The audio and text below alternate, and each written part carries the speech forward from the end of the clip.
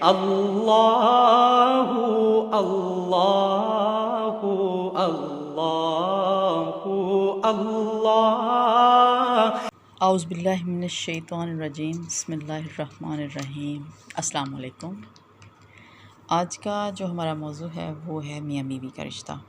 سب سے اہم رشتہ میاں بیوی کا ہے، سب سے مقدس رشتہ ماں باپ کا ہے، لیکن سب سے بنیادی نازک رشتہ جو ہے وہ میاں بیوی کا۔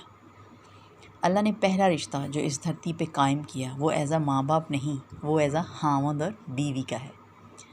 آدم کو خاوند، حوا کو بیوی بنایا، پھر انہی کو خاوند اور بیوی بنایا، انہی کو دادا دادی بنایا، انہی کو نانا نانی بنایا، انہی کو ساس اور سسر بنایا۔ سارے رشتے خاوند اور بیوی سے جنم لیتے ہیں۔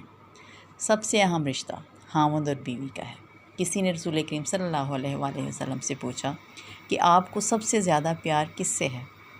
آپ نے بلا تامل بلا جھجک جواب دیا، عائشہ سے۔ پوچھا گیا نہیں، دوسرے انسانوں میں سے۔ آپ صلی اللہ علیہ وآلہ وسلم نے یہ نہیں کہا ابو بکر سے، آپ نے فرمایا عائشہ کے والد سے۔ اس کا یہ مطلب نہیں کہ آپ صلی اللہ علیہ وآلہ وسلم کو کوئی عشق چڑھا ہوا تھا، بلکہ اس میں بھی وہ میسیج دے رہے ہیں۔ جب آپ صلی اللہ علیہ وآلہ وسلم کی شادی حضرت عائشہ صدیقہ سے ہوئی تو وہ بہت چھوٹی تھی، ان کو آٹا گوندنا نہیں آتا تھا۔ آپ صلی اللہ علیہ وآلہ وسلم ان کو آٹا گوندھ کر دیتے تھے، پھر جب ان کو آٹا گوندنا آ گیا تو پھر آپ نے چھوڑ دیا۔ ان کو سامنے بٹھا کر اپنے ہاتھ سے لقمے بنا بنا کر کھلاتے۔ پھر اماں عائشہ کوئی گوشت کا ٹکڑا اٹھاتی، اس دور میں گوشت کے بڑے بڑے ٹکڑے پکائے جاتے تھے۔ سعودی عرب میں اب بھی ہے، وہ بڑے بڑے بڑے ٹکڑے بناتے ہیں گوشت کے نا۔ تو وہ گوشت کا ٹکڑا اٹھایا تو اس کو تھوڑا بہت کھا کے ویسے ہی چھوڑ دیا۔ تو آپ صلی اللہ علیہ وآلہ وسلم نے اسی کو اٹھایا اور حضرت عائشہ کو دکھا کے ان کو دکھا کے پھر کھایا۔ تو ایسے ہی پانی کے ساتھ کرتے کہ جس برتن میں اماں عائشہ پانی پیتی، اسی برتن میں اور اسی جگہ جہاں ان کے ہونٹ لگے ہوتے وہیں پہ اپنے ہونٹ لگا کر پانی پیتے۔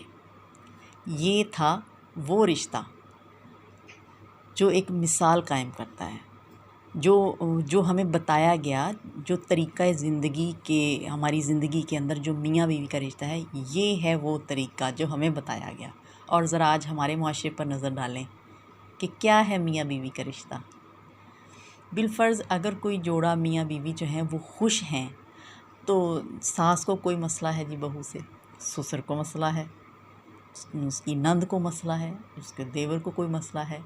وہ جو لڑکی بیاہ کے آتی ہے گھر میں، اس کو ایک بہو نہیں سمجھا جاتا۔ کچھ گھروں میں ہے سمجھا جاتا ہے، کچھ گھروں میں بالکل ٹھیک نظام چل رہا ہے، لیکن کچھ جگہوں پہ ہیں جو بالکل ایسے ہوتا ہے جیسے بہو نہیں ایک نوکر خرید کے لے آئے ہیں۔ بہو جو ہے اس کو بہو کا درجہ دیں۔ بہو پر فرض نہیں کیا گیا کہ وہ آپ کی خدمت کی پابند ہے، لڑکے کے ماں باپ کی خدمت کی پابند نہیں ہے، لیکن ان کے ساتھ حسن سلوک وہ کر سکتی ہے۔ یہ اس کے اچھے رویے کی وجہ سے ہے۔ اگر وہ کہہ کے دے، اگر وہ کہے کہ اس کو الگ گھر چاہیے تو یہ اس کے خاوند کا فرض ہے، یہ اس لڑکی کا حق ہے جو اس کو ملنا چاہیے۔ لیکن اگر اس نے نہیں کہا تو ٹھیک ہے، وہ رہے، خدمت بھی کرتی رہے، خدمت کرتی کیوں رہے بلکہ کرے، حسن سلوک ہے، اچھی بات ہے۔ لیکن اس طرح نہیں کہ اب آپ خود اس کو بیاہ کے لے آئے ہیں تو اب آپ خود ہی اس میں سے نقص نکالنا شروع کر دیتے ہیں، جی یہ فلاں ہے فلاں ہے۔ پہلے بھی تو آپ نے دیکھ کے ہی لی نا، پہلے تو آپ کو اچھی لگی، بعد میں پھر اس میں سے نقص نکل آتے ہیں کہ یہ ایسی ہے یہ ویسی ہے۔ خدا را جو بہویں ہیں ان کو بھی بیٹیاں ہی سمجھے۔ اگر یہ بات ہم سوچنا شروع کر دیں کہ ہم بہو بیاہ کے لائے ہیں تو ہماری بیٹی نے بھی تو کسی کی بہو بننا ہے نا۔ تو اگر یہ تھوڑی سی بات ہم دل میں رکھیں اور خوف خدا دل میں رکھیں تو اس کو بیٹی بنا لیں تو وہ بیٹی بن کے آپ کی خدمت کرے، تو اس طرح جو گھر کا پورا نظام ہے وہ اچھے طریقے سے چل سکتا ہے، بجائے اس کے کہ سارا دن نوک جھونک ہوتی رہے، اس کو وہ درجہ نہ دیا جائے جس کی وہ حقدار ہے۔ دیکھیں ماں باپ چھوڑ کے آ گئی آپ کے لیے، اور ماں باپ کا حوصلہ تو دیکھیں، پال پوس کے آپ کو دے دی، پال پوس کے دے دی اور ساتھ جہیز بھی دے دیا۔ آپ کو کیا کرنا پڑا ہے؟ ذرا سوچنے کی بات ہے، غور کیجیے گا اس پہ۔ ایک لڑکی حضور کریم صلی اللہ علیہ وآلہ وسلم کی خدمت میں حاضر ہوئی اور پوچھا کہ میری شادی ہونے والی ہے اور میرے خاوند کا کیا حق ہے مجھ پہ۔ میرے نبی نے ہمیں دونوں طرف کی زندگی سکھائی ہے، یہ نہیں کہ صرف مرد کو بتایا ہے کہ عورت جو اپنی بیوی ہے اس طرح رکھنا ہے، بیوی کو بھی بتایا ہے کہ کس طرح سے اس نے اپنے میاں کے، اپنے خاوند کے جو حق ہیں وہ پورے کرنے ہیں، کیا اس کے حقوق ہیں، کیا اس کے فرائض ہیں۔ تو اس لڑکی نے جب پوچھا کہ کیا حق ہوگا میرے میاں کا، میری شادی ہونے جا رہی ہے، تو نبی نے فرمایا تیرے خاوند کے جسم پر پھوڑے نکل آئیں اور ان پھوڑوں میں گندا پانی یا پیپ جمع ہو جائے اور تو اپنی زبان سے چاٹ چاٹ کر اس کے زخموں کو صاف کرے، تو بھی تو نے اپنے خاوند کا حق ادا نہیں کیا۔ سب سے مشکل رشتہ خاوند اور بیوی کا ہے۔ ماں باپ کے لیے چند آیات اتاری گئیں، اولاد کے لیے چند آیات، بہن بھائیوں کے لیے چند آیات، اور خاوند اور بیوی کے لیے پورا قرآن بھرا پڑا ہے، سینکڑوں آیات، آیات میں آیات اتاری گئیں۔ کوئی رشتہ ٹوٹتا نہیں، جیسے ماں بیٹی کی لڑائی ہوئی، رشتہ قائم ہے، رشتہ نہیں ٹوٹا۔ بھائی بہن کی لڑائی ہو گئی، رشتہ نہیں ٹوٹا۔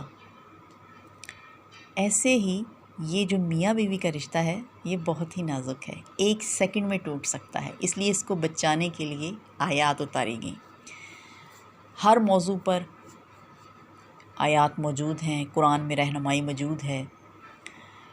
ایک دفعہ حضور کریم صلی اللہ علیہ وآلہ وسلم جہاد پر گئے ہوئے تھے، ہم میں لگے ہوئے تھے، تبلیغ پر گئے، تو جب کوچ کا وقت ہوا سب چلنے لگے، حضرت عائشہ بھی ان پر بیٹھ چکی، تو دیکھا تو گلے میں ہار ہی نہیں ہے، تو آپ نے صلی اللہ علیہ وآلہ وسلم کو بتایا کہ حضور میرا تو ہار گم ہو گیا۔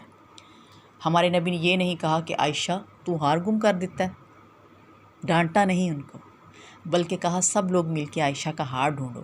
ہار ڈھونڈتے ڈھونڈتے اندھیرا ہو گیا، جو پانی موجود تھا وہ ختم ہو گیا، اب رات ادھر ہی رکنا پڑا۔ اب فجر کی نماز کا جب وقت ہوا تو پانی موجود نہیں تھا۔ اب حضور پاک صلی اللہ علیہ وآلہ وسلم سے شکایت کون کرے، تو سب نے حضرت ابو بکر صدیق پر چڑھائی کر دی کہ اب پانی نہیں ہے، مطلب یہی کہ عائشہ کی وجہ سے رکنا پڑا، تو اب پانی نہیں ہے، وضو کر لیں۔ بہت غصے میں تھے، تو حضرت ابو بکر صدیق کو بھی غصہ آ گیا کہ دیکھو بیٹی کی وجہ سے کیا پریشانی پیش آ گئی۔ آپ بہت غصے کے ساتھ خیمے میں گئے اور حضور کریم صلی اللہ علیہ وآلہ وسلم حضرت عائشہ رضی اللہ تعالیٰ عنہ کی گود میں سر رکھ کے سوئے ہوئے تھے۔ اب اونچا نہیں بول رہے کہ آپ اٹھ نہ جائیں، اشارے سے ہی بیٹی کو ڈانٹا، منہ بند ہے اور ایک ہاتھ کی انگلی کو ایسے اوپر اٹھایا ہوا ہے اور اس کو زور زور سے ہلا رہے ہیں غصے کے ساتھ کہ دیکھ تیری وجہ سے یہ سب کچھ ہوا، پانی نہیں ہے، اور ایک انگلی کے ساتھ عائشہ کو ایسے زور سے ایک دو دفعہ آگے اس کو، جیسے ہم کسی چیز کو ایسے دباتے ہیں نا، ویسے اس انگلی کے ساتھ ان کو دبایا۔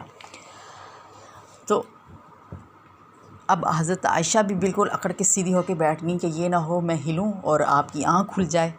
خیر بیٹی کو ڈانٹا اور حضرت ابو بکر صدیق چلے گئے۔ جب آپ صلی اللہ علیہ وسلم کی آنکھ کھلی، فجر کا وقت ہو چکا تھا، حضرت عائشہ نے بتایا کہ حضور یہ معاملہ ہو گیا، باہر تو پانی نہیں ہے، وضو کر لیں۔